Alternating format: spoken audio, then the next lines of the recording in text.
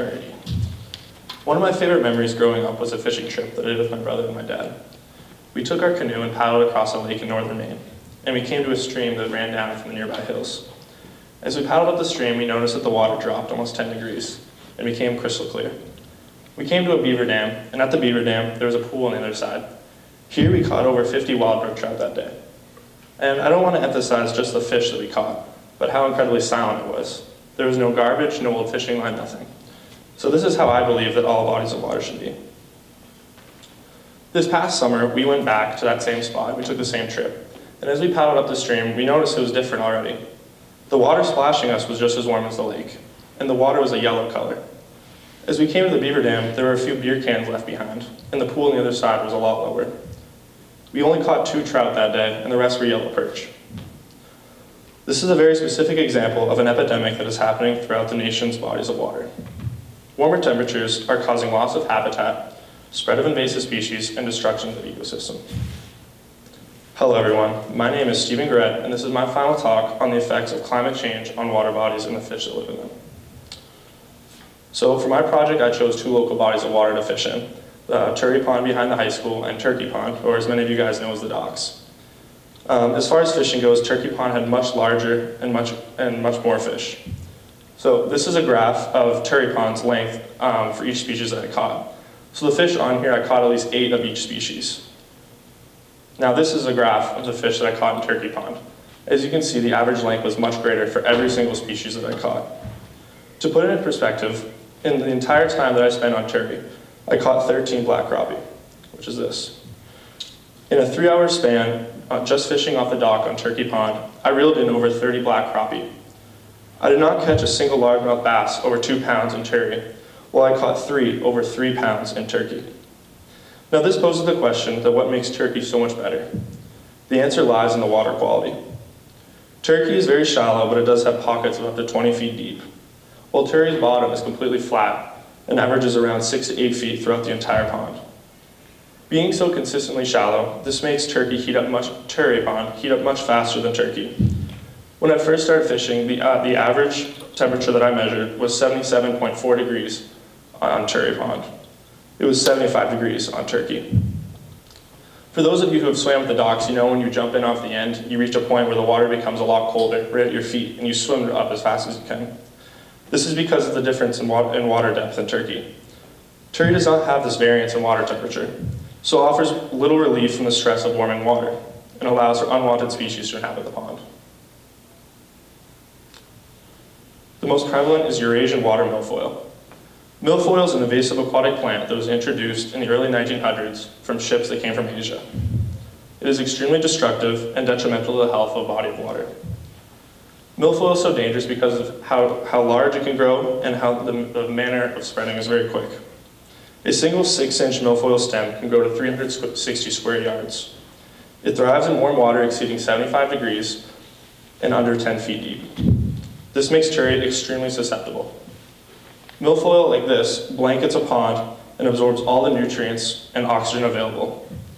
So this is actually a picture of Turkey Pond that I took in one of the corners. So ponds with excess milfoil sees a decline in fish populations and a decline in the overall size of the fish caught due to lack of oxygen that can't grow as big. Turkey Pond is overrun by massive growths of milfoil, while Turkey was actually caught very early and treated, and they're able to remove most of the stems. So this is a major reason that I found why Turkey Pond is so much healthier and the fish population is so much healthier. So back to the story I told earlier.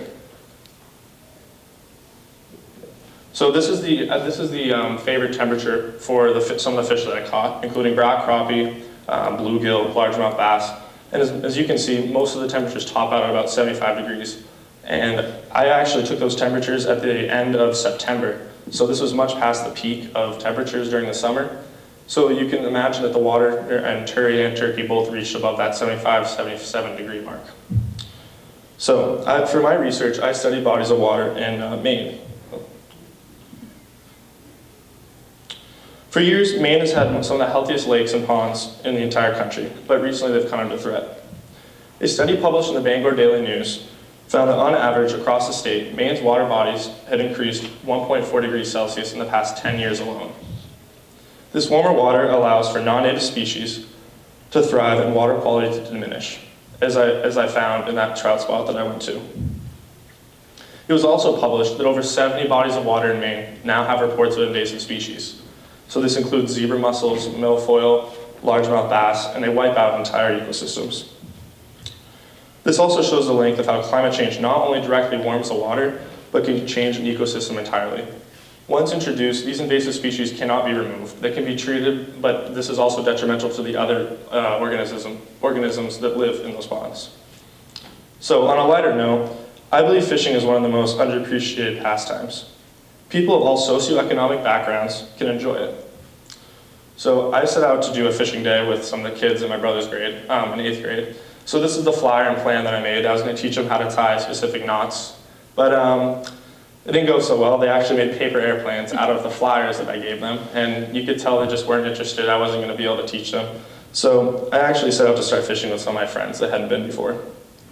I showed them all sorts of different equipment, including ice fishing rods, ice fishing traps, surf rods, fly fishing rods, deep sea rods, stuff that we had acquired over how I've been fishing my entire life. I showed them how to tie a basic clinch knot, how to cast, how to take fish off, and it went really well. It was actually pretty fun. A few of my friends that came hadn't fished in a couple of years, and one of them had never fished before actually. We even went out in the kayaks at the end, and I showed them a little bit about water safety. I showed them how to get their fishing license online now that they're above 16, which is when you need the fishing license. And at the end, we even filled an entire large garbage bag from the parking lot at Turry Pond. So now I want to leave a message to you as an audience. Get outside and try something new. You don't need fancy equipment to fish. Fishing can be done with a $20 pole or with a $3 pack of worms from your local gas station. However, catching fish is not how I see fishing as a valuable asset to your time. I'll end with a quote from renowned outdoorsman Fennel Hudson. I propose that it only matters that you attempt to catch a fish. Doing so brings you closer to nature. I know this is just a little insight into some of the fishing that I did. So in the middle is actually one of my friends that fishes the most. And we went to Turkey Pond, and in one day we caught 64 black crappie. And as I said before, I caught 13 on Turkey Pond. And in the top left corner is a bluegill that I caught in Turkey, and you can see it's about the size of the palm of my hand. The one in the bottom left is also caught in Turkey Pond, and you can see it's much larger. It's a healthier, vibrant colors. And the overall health of the fish was much better in Turkey Pond. The stomachs of the fish that I caught in Turkey, you could tell they were very skinny versus the full girth of the ones that I caught in Turkey Pond. So, any questions? Thank you for listening. Nice, thank you. Yes. Chris, any questions?